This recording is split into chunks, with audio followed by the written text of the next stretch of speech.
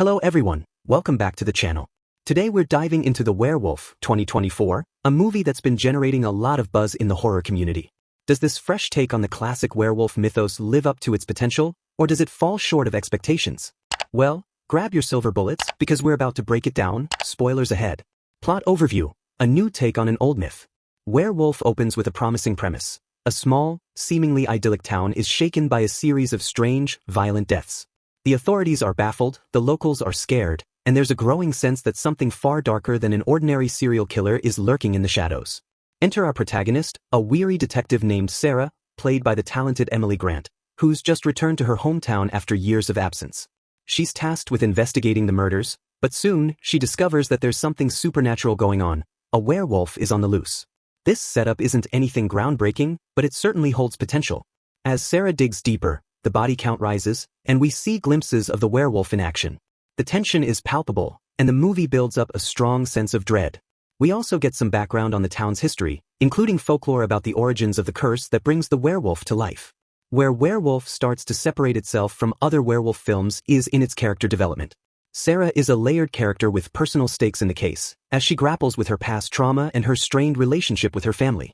There's an emotional core to her story, which makes the horror elements more impactful when the werewolf starts to wreak havoc. The horror elements: tension, gore, and jump scares. When it comes to horror, Werewolf delivers both in tension and gore. The filmmakers clearly understand what makes werewolf movies tick. There are some genuinely unsettling moments that will have you on the edge of your seat, especially when the werewolf first makes its appearance. The pacing is well done, and the build-up to each attack is suspenseful, with just the right amount of anticipation before all hell breaks loose. One of the movie's strengths is its use of practical gore. When the werewolf strikes, it's gruesome. The violence is visceral, and the filmmakers don't shy away from showing the bloody aftermath. The deaths are brutal, but they don't feel gratuitous. They serve to heighten the tension and add to the sense of danger that's constantly looming over the characters.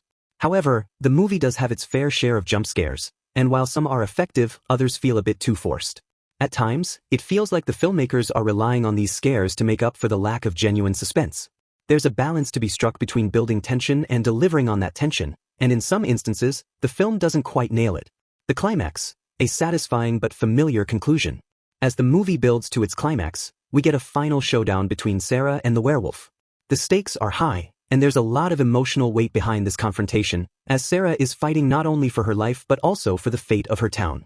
This is where Werewolf really shines, as the action is fast-paced, and the werewolf is at its most terrifying. But, as with many horror films, the conclusion follows a familiar pattern.